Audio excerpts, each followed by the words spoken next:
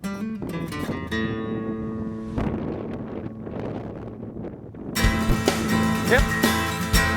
Whoa!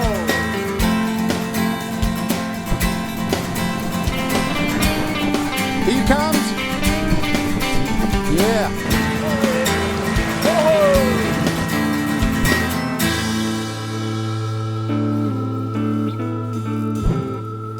Isn't it funny how a day pans out?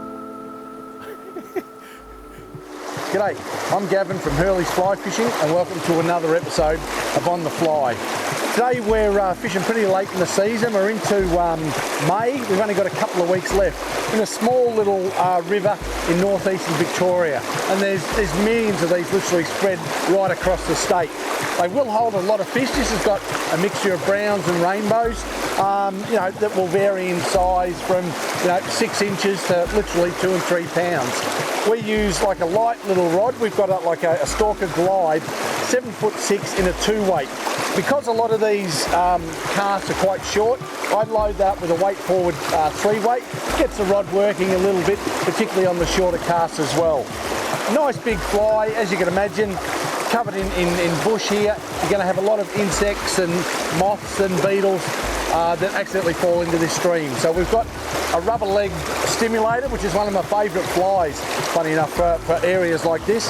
And we'll literally fish this pocket water and have a real lot of fun because it can hold a lot of fish, And I tend to use a bigger fly when you get into a river that's flowing quite fast. These fish are going to decide pretty quickly, and the main thing is that they see it. So I'll throw this up, a couple of casts, short little drift, and hopefully we get a fish on the end of it.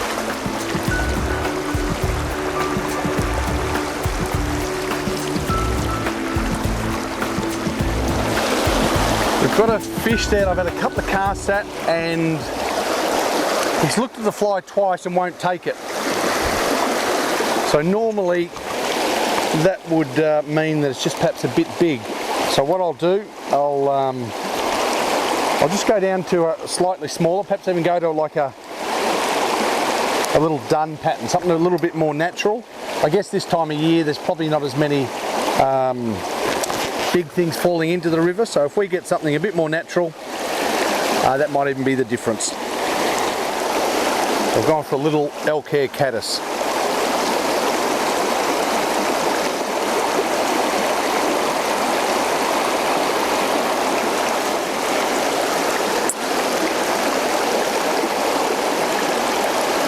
A much smaller fly, sometimes that can be the difference. At various times, you could make a decision on the drive down. Other times the fish will tell you what they want to eat. So let's see if this one works.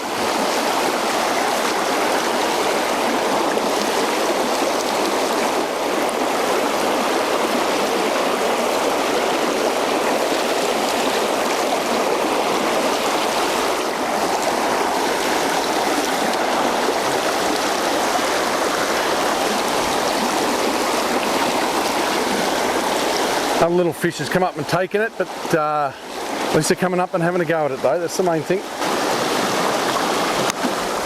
And with all these small streams, you'll get a lot of like what we'll call pocket water, and it really is a short little drift, but these fish are very aggressive, so they literally only need for it to drift 2 or 3 feet, and that's enough to catch a fish. So what you want to do is sort of cast, let it drift through. You might only get 3 or 4 foot of drift, pick it up and put it in another spot. And it's a good way of searching water like this, and you're going to catch a lot of fish. It's a tiny little pool again, but in a river like this, they're all fish holding pools. In a quick couple of casts, you're going to know whether there's a fish there.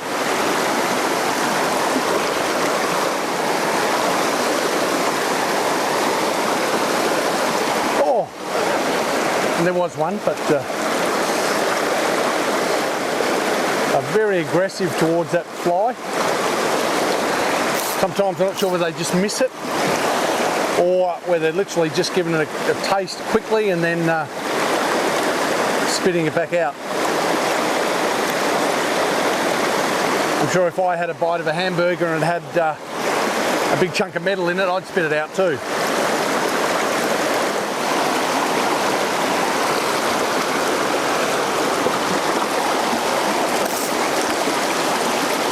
There you go. Oh, might be a, well, it's hard work.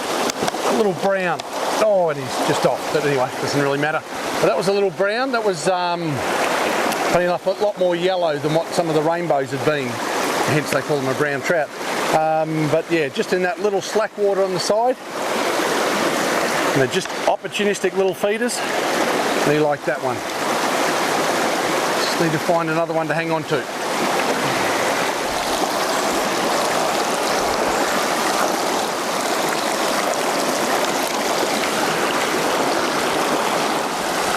It's a lot of the pocket water as well. What you want, a good drift, like a natural drift, like you can imagine an insect drifting down. What tends to drag the fly, and then the fish won't eat it, is the fly line. So if you can do a cast and potentially lift the rod high, so all you've got in there is just a leader, that fly will drift very naturally. So that's a good way to add a little bit extra drift. And also as it gets down below, you can drop the rod as well and get a little bit longer drift as well into another area. So just try different things. Lovely little run here, a lot smoother. And that's where the fish are going to be, in these little glides as well, and behind all these boulders where the water gets broken up. So a couple of casts in there, nice little drift, and let it drift the whole way through.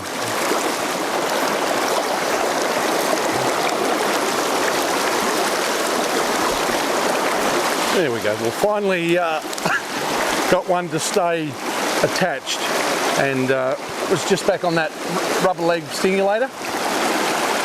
And I reckon he'd come up and had a go up before. And that's just a lovely little rainbow. And we might, since it's taken so long, I might even bring him down for a bit of a closer look. Still good fun.